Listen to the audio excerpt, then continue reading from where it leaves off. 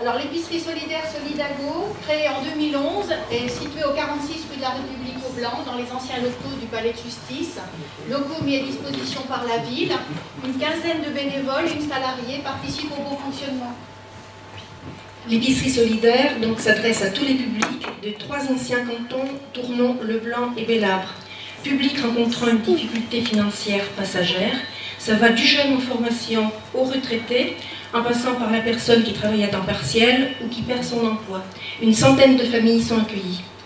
Alors la famille en difficulté rencontre un travailleur social qui monte un dossier. Ce dossier est examiné. Si le dossier est validé, un projet personnel à réaliser est fixé, une durée d'accès de 1 à 3 mois renouvelable et le montant des courses à dépenser pour le mois.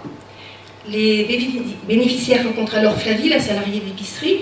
Elle leur en explique le principe et elle les suit tout au long de leur dossier d'admission. Une cotisation de 2 € est demandée à chaque famille bénéficiaire et elle est valable pour toute l'année civile en cours. Mais quel est le principe de l'épicerie ? Alors le principe se décline en 3 points. Le premier point, c'est un lieu d'accueil, d'écoute et d'échange entre les bénéficiaires et les bénévoles. Cela se fait autour d'un café, de gâteaux. Le souhait, c'est d'aider les personnes à retrouver ou à renforcer l'estime de soi et l'envie de se tourner vers l'extérieur. On y parle beaucoup de recettes de cuisine, on échange. Des livres sont consultés sur place ou emportés. Des jouets permettent aux enfants de s'amuser et de patienter. Je vais commencer. Ouais. Deuxième point, c'est bien sûr une aide alimentaire. Les produits proposés sont des produits de première nécessité et d'hygiène. Ils sont vendus 10% à 30% du prix réel. Les pourcentages nous sont imposés par l'ANDES selon les produits et leur provenance. L'ANDES, c'est l'Association nationale de développement des épiceries solidaires. La contribution financière, elle permet de préserver la dignité des personnes et leur liberté de choix comme n'importe quel consommateur. Les familles sont accueillies à l'épicerie individuellement, elles peuvent être conseillées selon la nécessité. Et le moment des courses est souvent aussi un moment d'échange. Alors le troisième point, grâce au faible coût des produits, des économies sont réalisées. Elles sont donc consacrées aux projets personnels mis en place. Alors ça peut être de payer une facture, d'aider à la réparation de la voiture pour permettre de continuer à aller travailler, ou aussi d'aider à financer le permis de conduire. Alors le ticket de caisse, sur ce ticket de caisse figure toujours le prix payé à Solidago, le prix correspondant dans le commerce et la somme restant à dépenser pour le mois. Il faut savoir que 20 € pour le mois à Solidago correspond environ à 130 € dans le commerce. Toujours pour l'estime de soi, donc une coiffeuse propose ses services bénévolement une fois par mois sur inscription à l'accueil. Il s'agit tout simplement de coupes faites sur des cheveux propres, on ne propose pas autre chose. Mais c'est un service qui est extrêmement apprécié et on peut le mesurer au visage rayonnant des usagers lorsqu'ils sortent de l'atelier. D'où viennent les produits ? Alors les fournisseurs sont la banque alimentaire avec une contribution de 18 centimes par kilo, les supermarchés locaux, l'EXAT, la laiterie Orial de Tournon, auquel nous achetons au prix du commerce, mais aussi des particuliers et des entreprises comme Crémer à Argenton ou la boulangerie Leroux qui nous fait des dons.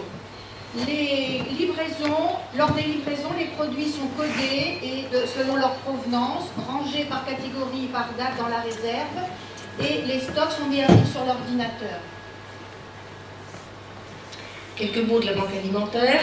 Une collecte nationale a lieu le dernier week-end de novembre chaque année. Au Blanc, donc les denrées récoltées, elles sont stockées à Châteauroux et ensuite la banque alimentaire les répartit en direction des différentes associations. On récolte à peu près 3 tonnes de marchandises au Blanc, mais il nous en revient 6 à peu près à l'épicerie.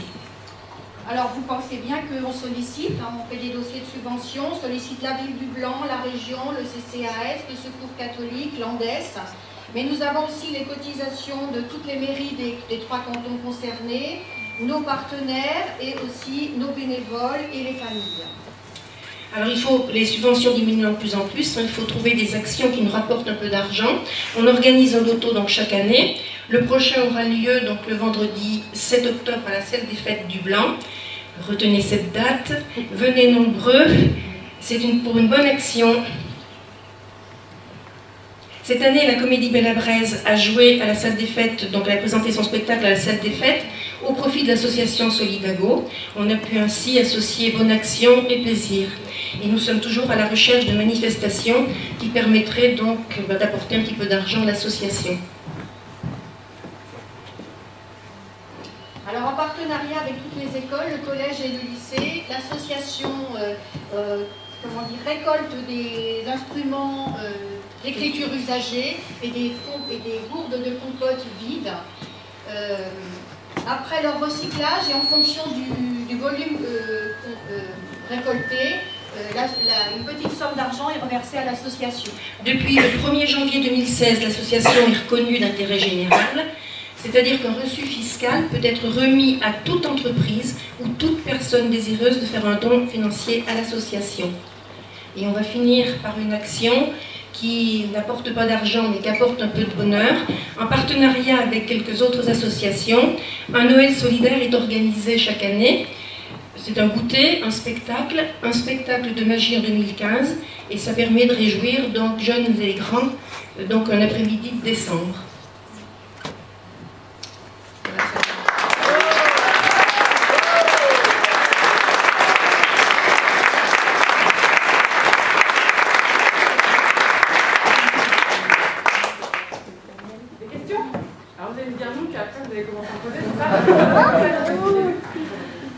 Alors pour nous c'est un petit peu moins festif que ce qu'on a vu, ce qu'on a entendu avant, mais voilà, donc nous c'est notre association. Une question là-bas.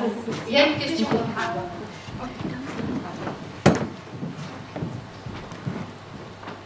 Quand quelqu'un est dans le besoin, comment il peut savoir que ça existe? Parce que là, moi je le sais par exemple que ça existe parce que je suis là ce soir, mais... Justement, on est là un peu pour la faire connaître, cette association. Mais en général, il rencontre un travailleur social. Voilà. Et c'est le travailleur social qui va nous diriger vers l'association Solidago. À condition que aussi puisse être accessible. Il y a une question là. Ah non, pas du tout. Pas du tout, parce qu'en fait, les adultes, il n'y a pas simplement aide alimentaire. Il y a aussi donc un suivi de la personne, il y a un projet de la personne, et ce projet, elle doit le réaliser. Si elle ne le réalise pas, ce ne sera pas renouvelé après. Si elle a accès à l'épicerie de 1 à 3 mois, ça ne pourra pas être renouvelé. Et puis la grosse différence, c'est que chez nous, la personne, elle est consommateur, elle est cliente. Ce n'est pas des choses qui sont toutes préparées à l'avance et données comme un colis. La personne vient acheter ce dont elle a vraiment besoin. Voilà. Donc elle est toujours cliente. Il y a une participation financière et pour l'estime de soi, pour la dignité de la personne, c'est quand même extrêmement important. Alors, on a deux questions. Moi, je voulais juste compléter par rapport à comment on sait que Solidago existe. Donc, comme vous l'avez indiqué, les communes peuvent adhérer à cette association. Donc, en mairie, moi je travaille dans une mairie, je suis susceptible de dire la commune cotise, vous pouvez aller à Solidago ou aller au CCAS du Blanc pour remplir le dossier, etc. Donc, c'est diffusé aussi par le biais des mairies. C'est comme ça que ça fonctionne en fait. La personne ne vient pas nous trouver directement, comme on l'a dit tout à l'heure. Elle passe par le biais d'un travailleur social ou par exemple du CCAS du Blanc ou le Secours catholique.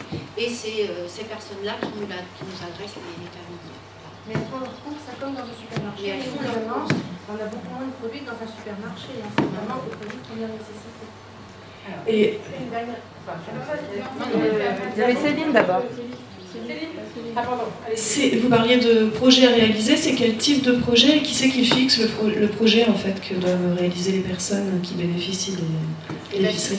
Ce projet, c'est ce qu'on a dit tout à l'heure, c'est-à-dire que quand les personnes viennent nous trouver, c'est parce qu'elles sont en difficulté par rapport à un impayé sur un loyer en retard, une facture de chauffage qui les pénalise et qui plombe leur budget. Donc si vous voulez, c'est leur faire économiser de l'argent sur l'épicerie, sur certains produits d'hygiène, pour dégager une certaine somme pour pouvoir apurer cette dette. Pour essayer de les empêcher de continuer à plonger et les tenir à flot, si vous voulez. C'est un petit peu le but. Moi, ma question était, sur les 3 cantons, vous avez combien de personnes qui viennent vous voir, à peu près Il y a une centaine de familles par an, mais les familles, elles peuvent être composées d'une personne, mais ça peut aller jusqu'à 9 personnes dans la famille. Voilà. Et bon, comme on disait tout à l'heure, on les accueille de 1 mois à 3 mois, mais ça peut être renouvelable sur l'année. C'est-à-dire que si c'est quelque chose d'important et qu'on voit qu'il y a eu des efforts de fait pour justement réduire la dette, eh bien, on prolonge. Il y a la commission du mois dit, écoutez, pour cette famille-là, il faudrait un petit peu plus de temps, il faut les accueillir un petit peu plus longtemps pour pouvoir réaliser. Le projet personnel, c'est ça, c'est parce que c'est vraiment quelque chose de personnel à la famille. Ça peut être aussi, comme on en a eu il n'y a pas très longtemps, une personne retraitée qui était seule et qui était en panne de voiture, par exemple, et qui ne pouvait pas payer sa facture, qui manifestement ne pouvait pas payer sa facture de garage. Et on savait que si elle ne pouvait plus bouger, elle ne pouvait plus rien faire.